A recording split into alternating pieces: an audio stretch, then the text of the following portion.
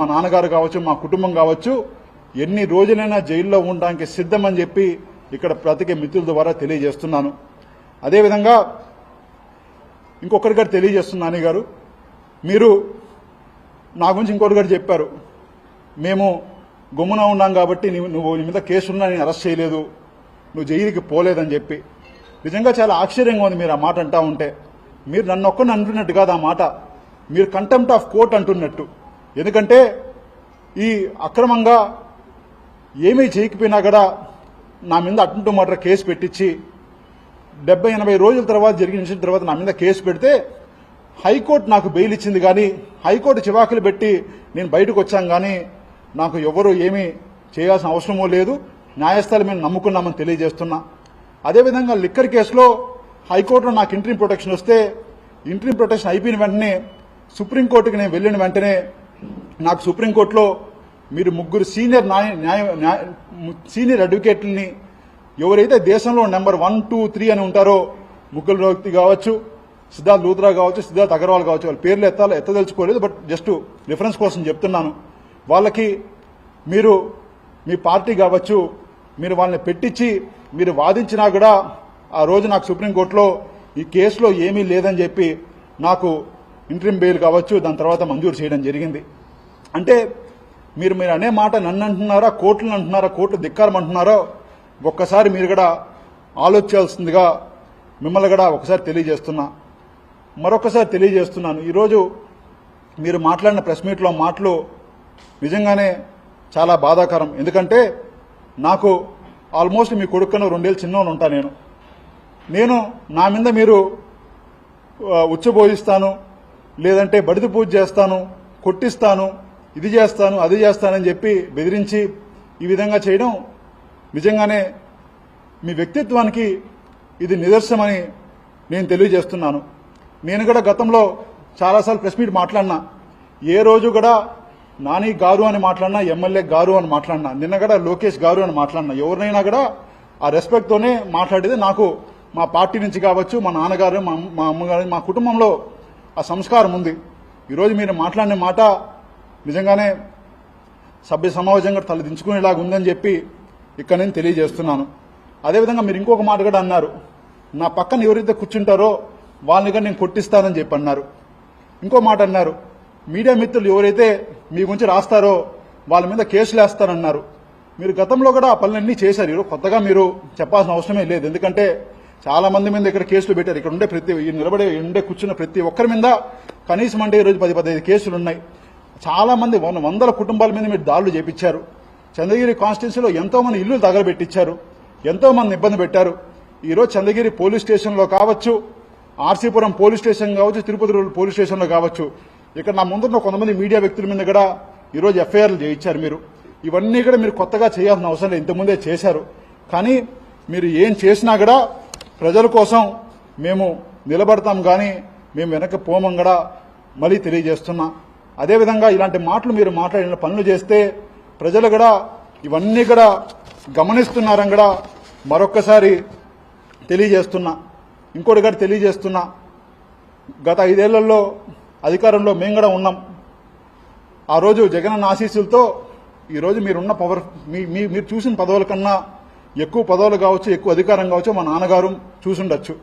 కానీ ఏ రోజు కూడా మీ కుటుంబం మీద కానీ, మీ సతీమణి గారి మీద కానీ, మీ పిల్లల మీద కానీ, మీ మీద కానీ అక్రమంగా చంద్రగిరిలో కావచ్చు, ఎప్పుడు కావచ్చు కేసులు పెట్టలేదు.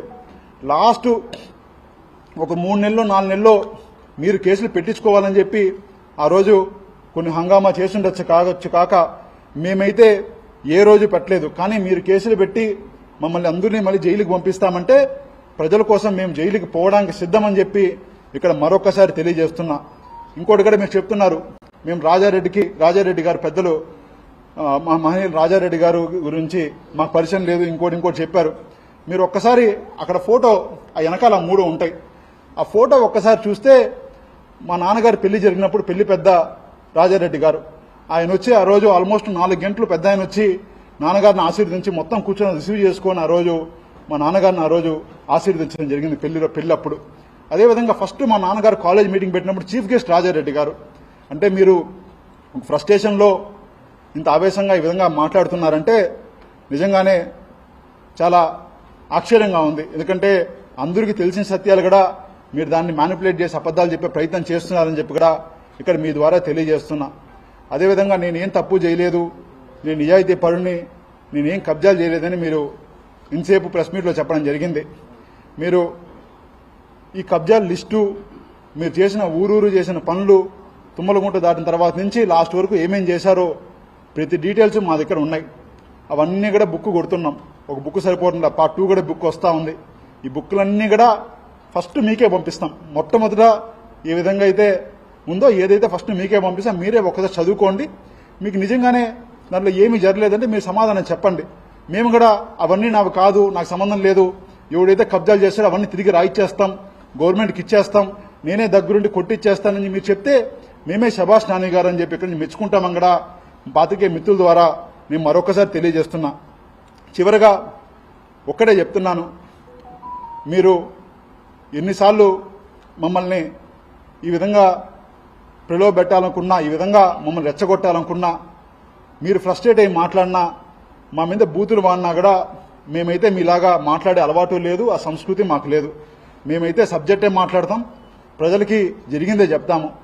తప్పకుండా మీరు మాట్లాడిన, ఈరోజు మాట్లాడిన ప్రతి మాట, ప్రతి బూతులు, మమ్మల్ని వ్యక్తిగతంగా తిరిగిన ప్రతి మాట ప్రజలు గమనిస్తున్నారు. ఇది మీ సంస్కారానికి కూడా ఒక మచ్చలాగా నేను భావిస్తున్నాను.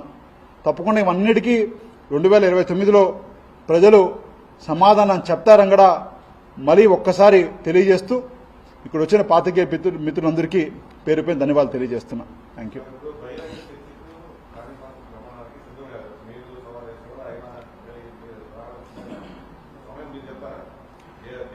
వాళ్ళ ఇష్టం అన్న, వాళ్ళు ఎప్పుడు చెప్తే అప్పుడు మేము రెడీ. ఎందుకంటే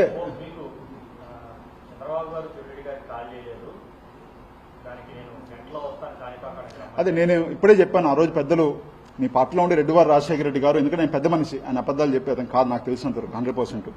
పెద్దలు రెడ్డివారి రాజశేఖర రెడ్డి గారు, ఆ రోజు ఆయన కూడా పెద్ద ఆయన కూడా వచ్చారు. మిగతా ఇద్దరుంటే లేరు మహానుభావులు. పెద్దలు రెడ్డివారి రాజశేఖర రెడ్డి గారు ఉన్నారు. ఆ రోజు మా ఇంటికాడికి వాళ్ళు వచ్చింది నిజము, జరిగింది వాస్తవం, అందరికీ తెలిసిందే. మీరు కాదని మీరు ప్రూవ్ చేయండి, మేము ఒప్పుకుంటాము.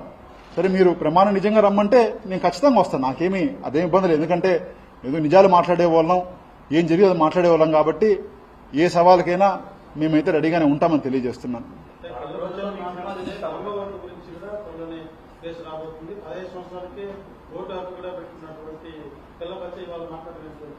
అదే ఆయన సంస్కారానికి అదొక నిదర్శనం. ఎందుకంటే వాళ్ళ కొడుకు, ఆల్మోస్ట్ వాళ్ళ కొడుకు 2 ఏళ్ళ చిన్న, నేను నన్ను పిల్ల బచ్చాయి అని చెప్పి, నన్ను కొడతాను గిడతానని చెప్పి ఇవన్నీ మాట్లాడడం జరిగింది. ఆ రోజు అసలు నేను ఓటే 2000 వాళ్ళు చెప్పిన